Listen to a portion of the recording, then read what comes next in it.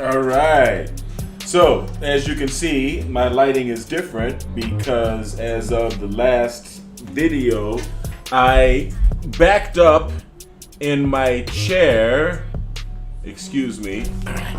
I backed up in my chair because this is a gaming chair. It's not a chair that's meant for painting in the studio. I do have studio chairs here. I'm just too lazy, and I like sitting on this gaming chair and reclining. And I can recline and look at the painting. But as you can see, I knocked over my my box light, which really, I wasn't a fan of the color temperature of that light. So I'm not really heartbroken about it being broken. I mean, I can replace those bulbs with something that's a little warmer, a little closer to 3200 Kelvin. Anyway, so here we go. My son complimented me on my lipstick. It's just that this is an undercoat of paint, and I did kind of overdo it with the red pigment, but we'll mute it out. We'll mute it out as we go with the local color. In the later stages, probably next weekend and future weeks of painting this. But I just wanted to give you guys a chance to continue to watch me in my studio as I work.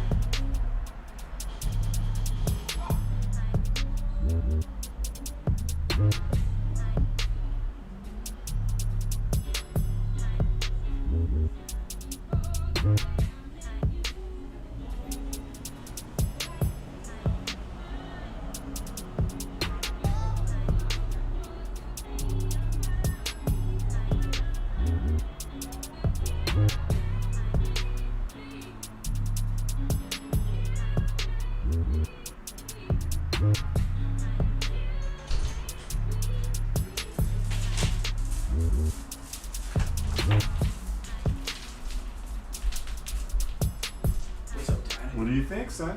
It looks great. Really? Yeah. Tell me the truth, son. It is great, Dad. Really? Yeah.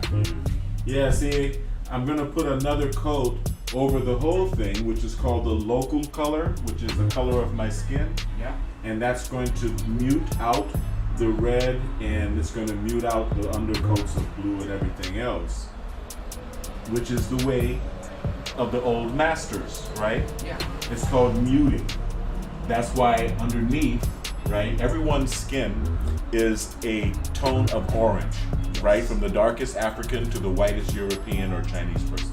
Yes. And the complement of orange is what? What is it called?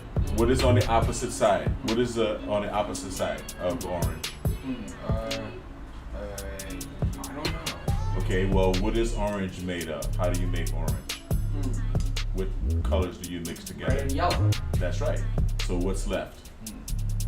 Red, orange, No, yellow, after red and yellow, what's the third primary? green, What's the third primary? orange, Blue. blue. So underneath here, I used blue, right? You see the blue? And the blue, of course, I don't have blue on my face, but where you see the shadow, right, is where you put the complementary color. Yes. And the undercoats and the undertones, right? And the primary coats. And then as you build up on the painting and you start to paint the local color, the color that you actually see, that you're actually looking at, what shows underneath, right? Because the light comes down through the oil paint and then hits the canvas and then comes back through and hits your eye, right? Yes. So what you see is the mixing of those two colors, and it's going to look very warm. It's going to be a muting of the shadows. That's a better way to illustrate shadows than to just paint with black, right? If you just, mix black with the color and then try to make shadows like that, that looks terrible. It looks really crappy. It looks very amateur, Yeah. right? So the way of the old masters, right, was to paint like this. Yes. And of course, you have to paint fat over lean. So these first coats of paint are very lean. You see how liquid they are? There's a lot of paint thinner inside, right? And all of that paint thinner makes it so that this all soaks in, because it takes oil paint 30 years or more to dry. So when you have, while it's drying, it's compressing, getting smaller and smaller and smaller, right? So you want to paint the bottom coats of paint with less oil and more turpentine so that they evaporate faster and flatten out faster. And then the top layers of paint, you want to put closer to pure paint. You want to put with good oil, Yes. right? You'll see. It's going to be beautiful. But thank you, son. I appreciate you appreciating it. Yes. That's what makes it worth it for me, right? The opportunity to teach my children that which I know and that which I've learned in my own formal study of art. And that's what makes this worthwhile. That's worth more to me than the value of the piece or the quality of the piece as I'm creating it.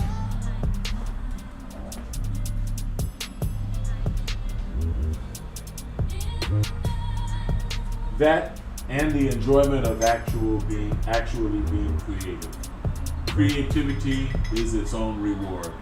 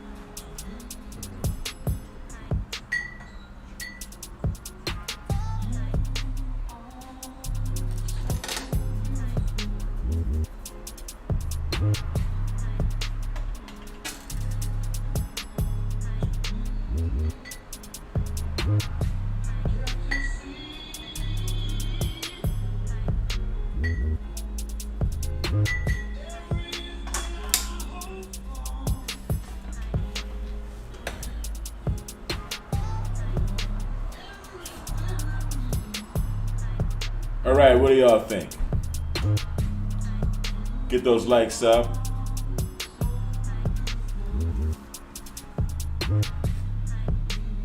I'm just gonna roll with the symmetry or lack thereof of what I've got.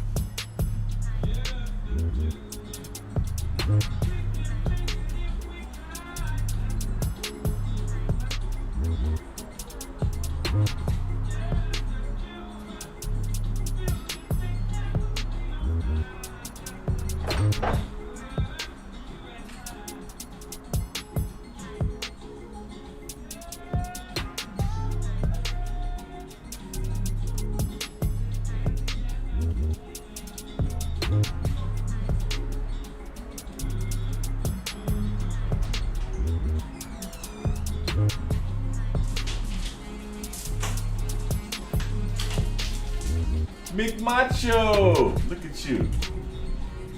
McManly, McMacho man. How you feeling, Manly? Finish your dinner? Yeah.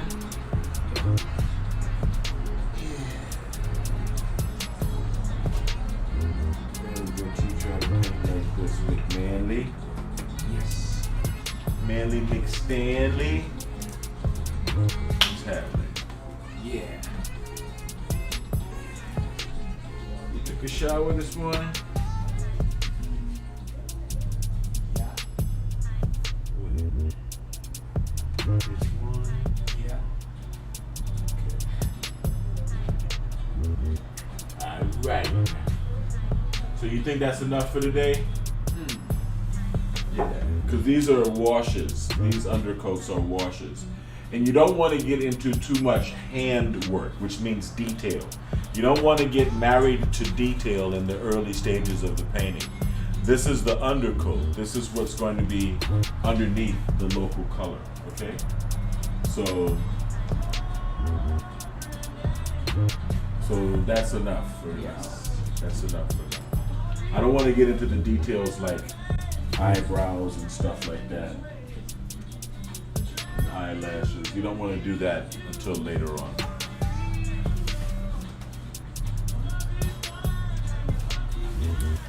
So anybody who wants to bid on my work, you can do so by contacting me at info@devinlockett.com. info@devinlockett.com. And if you want to contribute to help me to paint these beautiful pieces and make these great videos, you can go to patreon.com/Devin Lockett.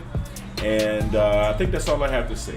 I hope you guys have a wonderful holiday weekend. I'm going to log on whenever I feel like painting again. And I don't know when that's going to be, so just wait. Thanks.